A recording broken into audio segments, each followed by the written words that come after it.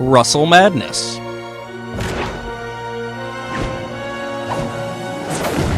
missed it! Deadbeats. Well, Buck, that's my partner. He's armed to his fucking teeth, and he's wired and can hear every word I say. So, Buck, why don't you put all the money in the register into a bag? If you so much as hiccup, I'll give him the word and he'll shoot your ass. And, Buck, while you're at it, throw in a couple of Polish dogs, too. The Flintstones WWE Stone Age Smackdown. Actually, Mr. Flintstone, I don't plan on breaking rocks my whole life. None of us do, kid. None of us do.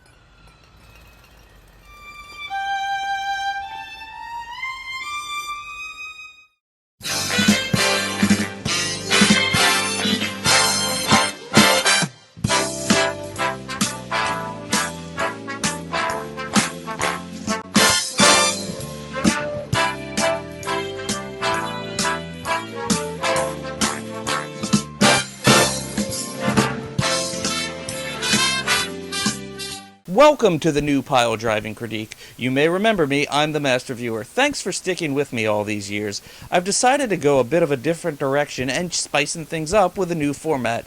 I hope you all enjoy it. Let's start this off with something I had forgotten I had watched until fairly recently when I was reminded. This is Russell Madness. From Air Bud Entertainment comes the sports entertainment Air Bud. Having never seen Air Bud or any of its 100 sequels, I have no idea what to really expect, but quite frankly, I'm surprised that it took this long to get to pro wrestling. That said, it tells the story of one Russell Terrier named Russell as he becomes part of the Ferraro family. The Ferraros want to revive their grandfather's wrestling arena with Russell as the main attraction.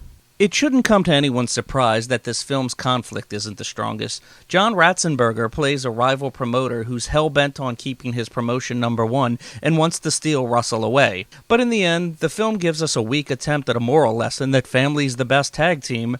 Oh yeah, and Johnny Mundo faces Russell in this, so if you want to see him wrestle a dog, this one's for you. I know this is a kid's film, and I'm sure there are child wrestling fans that'll grow up with a sense of nostalgia attached to this, but overall it's not very interesting or entertaining. It does, to its credit, have a fair share of funny moments, though.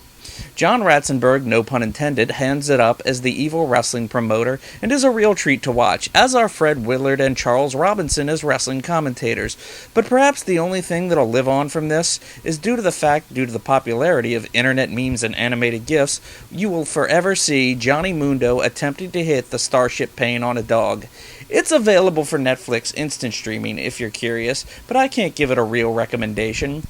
But before we get to a much better direct-to-DVD family wrestling film, let's take a look at a rare short featuring Mick Foley as a small-time criminal turned debt collector in Deadbeats. Straight out of 1996 is a low-budgeted short that feels like and looks like something from the 1980s. It was produced by former WCW public relations employee Barry Norman. It stars Mick Foley as a former small-time criminal turned debt collector as we see him trying to turn over a new life. And hey, if you're also familiar with The Walking Dead, you may notice that Melissa McBride is in this. Crazy to see where people were before they made it famous, isn't it? This whole thing is a bit of a rare oddity. It's not even listed on IMDb. But I will say the best thing about it is Mick Foley's opening scene where he's robbing a burger joint. He tells the people in the drive-thru that the person who's entering the store is with him, and that if they don't give him all the money in the register, that he's going to start shooting up the place. And it turns out that the guy's not working with Foley, and he was just trying to figure out what he wanted to eat. There isn't much to Deadbeats, however it is a unique piece of Mick Foley's history. I was surprised to see how well he did in this, honestly. I had wondered had he continued acting a bit where he might have wound it up, because he was perfectly suited in this role and did a damn good job, although at moments it did feel like you were watching Cactus Jack deliver a promo.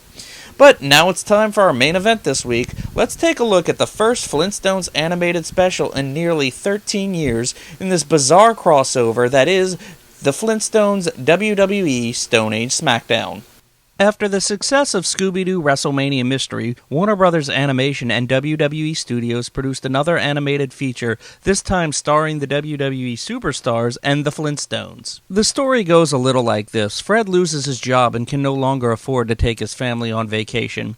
At a charity event, Fred gets the wise idea to start staging fights under the guise of entertainment, after people watch Barney's pet Hopperoo take on the likes of Bedrock citizens, including former WWE Superstar CM Punk. Unlike Scooby-Doo WrestleMania Mystery, the WWE Superstars in this are just everyday citizens of the town of Bedrock, because pro wrestling doesn't exist just yet. Fred gets the idea of recruiting the likes of John Cena, Rey Mysterio, and The Undertaker to join his upstart entertainment company. Of course, Fred's greedy, and after the success of his first show, he figures he can make even more money with the idea of promoting CM Punk getting his revenge on Barney from earlier.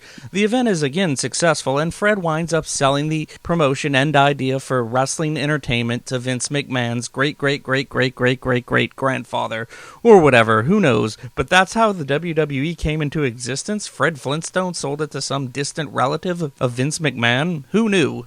Stone Age Smackdown isn't perfect by any means. Honestly, I felt like it would have worked better as a half-hour short. After the success of the first event, I thought it would have been a great way to end it.